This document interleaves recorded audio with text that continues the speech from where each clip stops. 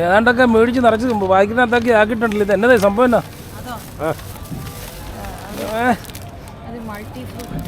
Multi fruit. ഇതിന് എന്നാ വിലയായി? എത്ര? 10 കാശ്. എൻ്റെ പൊന്നിട്ടോളി മോളെ 2 കാശ് കൊടുത്താൽ ഇഡ്ഡലി കിട്ടുമായിരുന്നല്ലോ. അതെന്നാ? ഇതെന്നതാ? ഇതിനെന്നാ വില? എടാ അങ്ങനെ പലതും എഴുതി വെക്കും. ഇവർ വിൽക്കാൻ വേണ്ടിയിട്ട് പല സംഭവം എഴുതി വെക്കും. ഇതിനെന്നാ വില? 18. നിനക്ക് കാശുണ്ട് എൻ്റെ പൊന്നെ. 18 പറഞ്ഞാൽ 1800 രൂപ. ഇത് എന്നതാ ഇത്? ഓ, എനിക്ക് അങ്ങനെ വലിയ മണമൊന്നും തോന്നുന്നില്ല. ചൂറോസ്. ഇത് ഇന്നലെ വൈകിട്ട് മേടിച്ചായിരുന്നില്ല. എത്രയായി? ഇതുപോലെ ഓരോരോ മാർക്കറ്റിൽ പോകുന്നത് നമുക്ക്. ജാക്കിക്കും കൊടുക്കുവാണോ? ജാക്കി തിന്നാണോ? എനിക്കെന്താ? ഇതാണ് ചൂറോസ്. ചൂറോസ് എന്ന് പറഞ്ഞാൽ എൻ്റെ മക്കളെ ഇതെന്നാ സംഭവം എന്നറിയാമോ? അതായത് ഈ സംഭവം ഇതെന്നാണെന്ന് വെച്ച് കഴിഞ്ഞാൽ നമ്മുടെ നാട്ടിലെ മൈദയില്ലേ, മൈദമാവാണോ അല്ലെങ്കിൽ എന്തോ ഒരു മാവ് അവരുണ്ടാക്കിയിട്ട് ഇത് നമ്മളിവിടെ ഇതൊക്കെ ഉണ്ടാക്കില്ലേ എന്നാ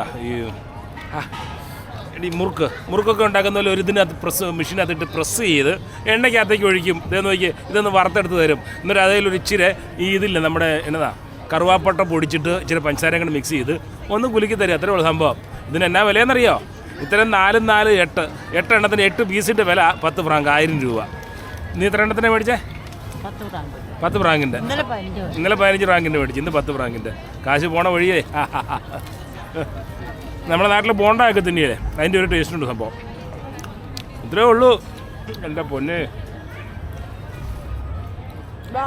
ഇതാണ്ട് അവന്മാർ കണ്ട ഓരോ അച്ഛനകത്ത് കൂടി ഇട്ട് ഞെക്കി തൂട്ടിച്ച് തരുന്ന. അടുത്ത് തന്നെ റാക്ലേറ്റ് കഴിക്കാൻ പോണു. എന്താ വാണ്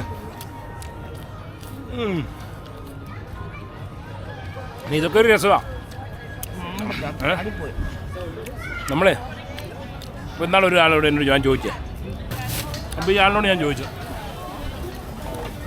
നിങ്ങൾ അപ്പോൾ അവർക്ക് ഇവിടെ വന്നിട്ട് എത്രയും ചിലവ് ചുരുക്കി പരിപാടികൾ ചെയ്യാനായിട്ട് ഞാൻ ചെയ്തു. എന്നെക്കൊണ്ട് പറ്റുന്നില്ല. ഇപ്പോൾ 2 ദിവസം ഞാൻ കൂടുതലുണ്ടായിരുന്നു.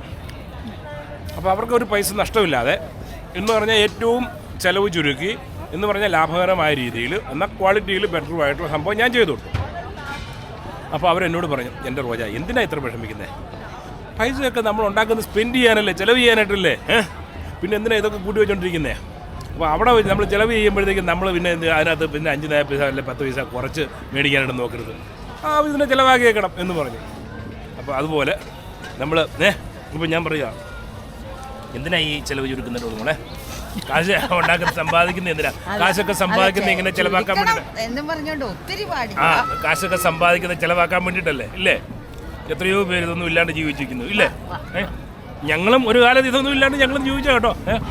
ഒരു പൈസ ഇല്ലാണ്ട് കഷ്ടപ്പെടാണ്ട് ഇതിലും പോകാണ്ട് ഞങ്ങൾ ജീവിച്ച സമയം ഉണ്ടായിരുന്നു ഇല്ലേ?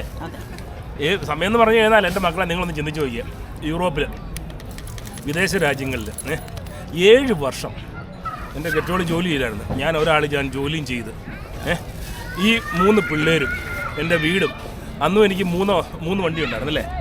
3 വണ്ടിയും 2 ബൈക്കും ഈ കാര്യങ്ങളൊക്കെ ഉണ്ടായിട്ട് പിന്നെ അതുപോലെ തന്നെ എക്സ്ട്രാ ആക്ടിവിറ്റീസ് എന്ന് പറഞ്ഞു കഴിഞ്ഞാൽ വെക്കേഷൻ കാര്യങ്ങൾ ഇതെല്ലാം നടത്തിക്കൊണ്ട് ഞാൻ ചെയ്തുകൊണ്ട് പോകുന്നതാണ്.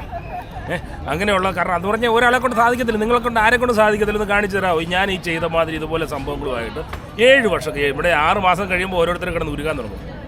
7 വർഷം ഞാൻ ഒരു കുറവുമില്ലാണ്ട് നിങ്ങളെ കൊണ്ട് കൊണ്ടു നടന്നതാണ് ഇല്ലേ? അപ്പം പിന്നിപ്പം നമുക്ക് ഓക്കെ ബൈ ബൈ.